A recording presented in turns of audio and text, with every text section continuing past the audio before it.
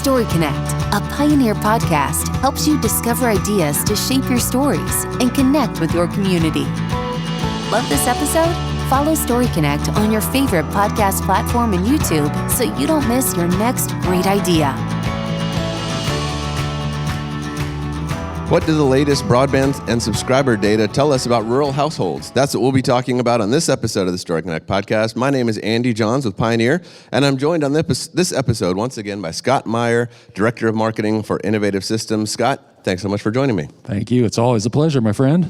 In addition to Scott, I'm also joined by a beautiful live audience here at Story Connect 2026 in Tacoma, Washington.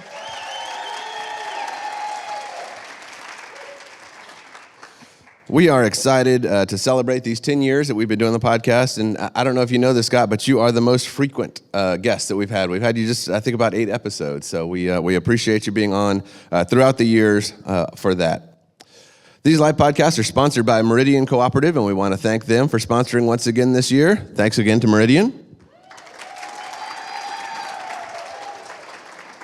All right, Scott, well, let's go ahead and dive in. The last time that we talked, you mentioned attitudes were changing towards satellite providers. LEOs, a low Earth orbit satellite provider we talked about. Starlink is the one making the most noise, but Amazon's coming and other companies there. I've heard broadband companies finally start talking about them as real competitors now. So what did the study find when it comes to that? Well, interestingly enough, really, that's a looming threat, but our data shows that there's a much greater threat that we need to be concerned about, and that is the home wireless providers are providing a serious impact on our study. In fact, in 2025, when we asked the question, which of the following do you use as your home internet service provider, only 15% said they were cell phone only, but this year that jumped from 15% last year to 24% this year.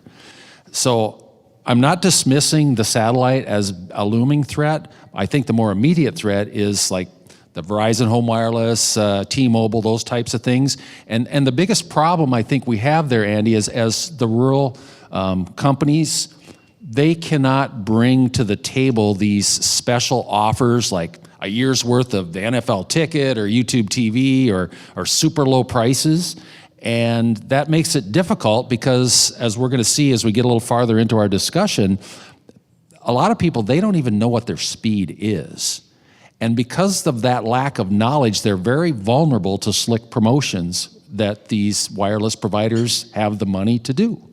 And I know we were counting on broadband labels, helping with transparency there. Those are kind of going by the wayside. So it's tougher than ever to get folks to understand what's going on. I remember also last time we talked, and this is going back a ways because we go back a ways, but the pandemic was really a shift as folks finally started listing reliability and performance as the most important thing about their broadband connection, not price. For a long time, price was the number one thing. Is it fair to say that since about 2022, that's been locked in and reliability and performance has remained more important than price? Yeah, I would say that's very fair. And you know, when we pulled our study and we asked this question for the last several years, and even though people don't understand what speeds they have to the tune of probably 35 to 40%, 30% still say they would prefer faster internet and are willing to pay for it. So it's kind of an interesting conundrum because we're looking at, you know, there's people that want to pay for faster internet, yet people are still susceptible to cheap prices that the, you know, satellite providers and the, you know, Verizon providers. And satellite's not as cheap, but now that LEO's coming into the stage, Starlink is starting to lower their prices. And so there's going to be a competitive price war there, which is going to impact the consumers in rural America.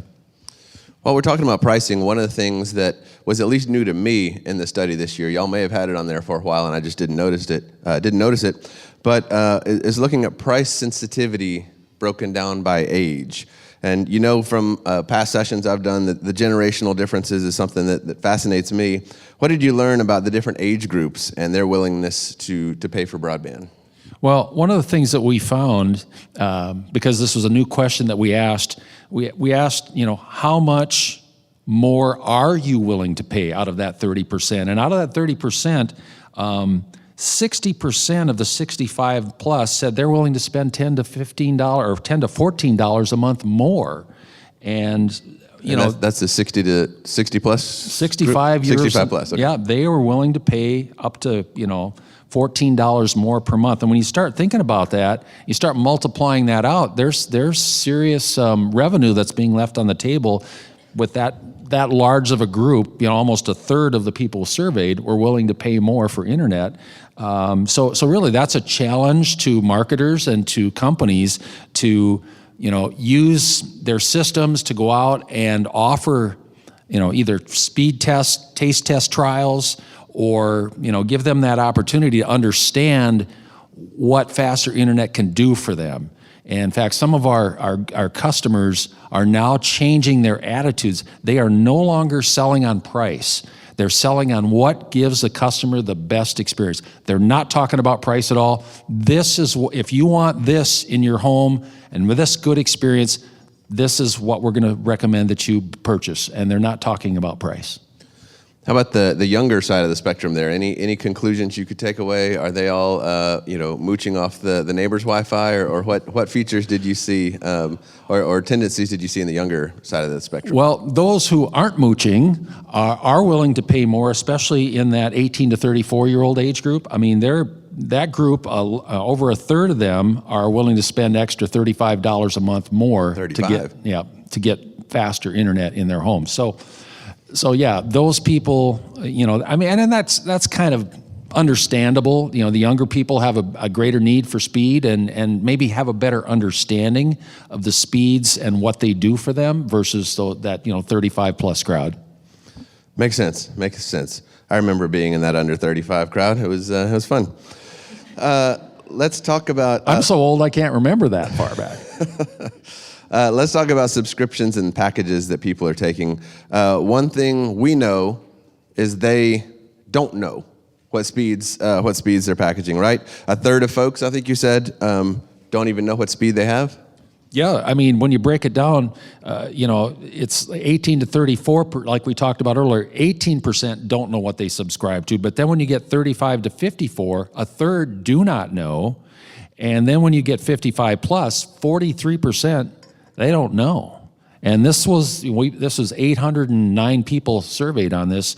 Those are some pretty interesting statistics, and I really think that dovetails and validates the vulnerability of rural consumers to be susceptible to these ads from whoever it is.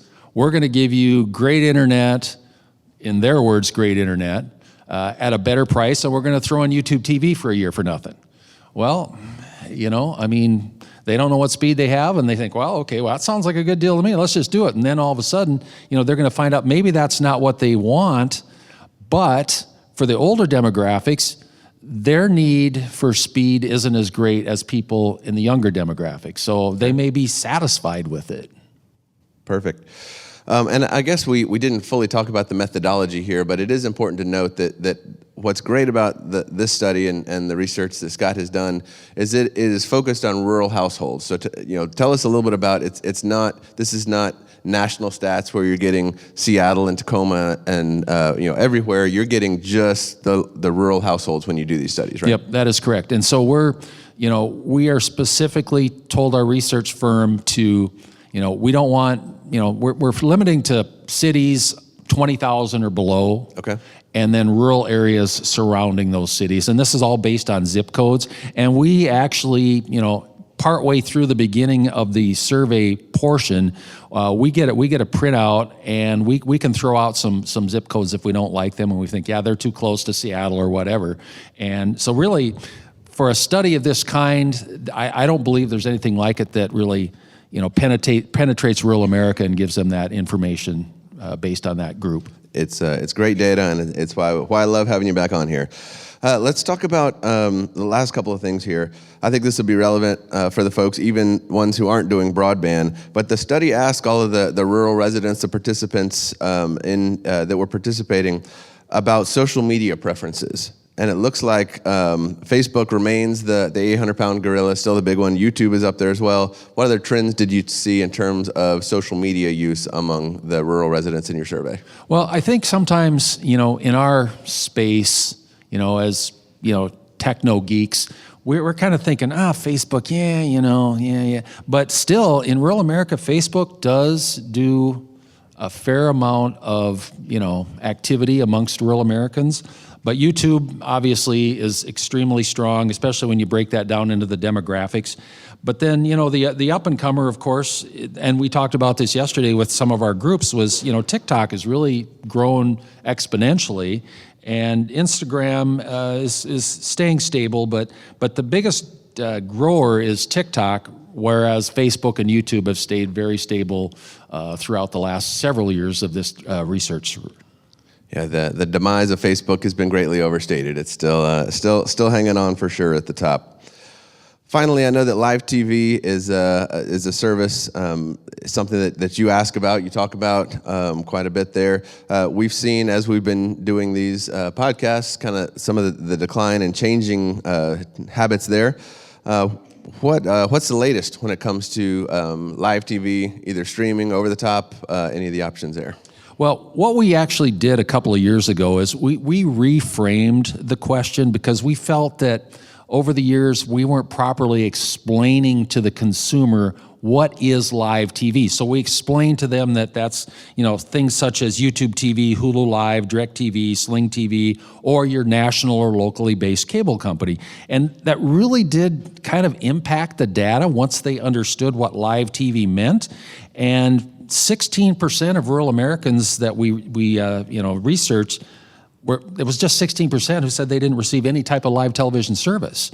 So basically what that means is rural Americans are still watching live television to varying degrees.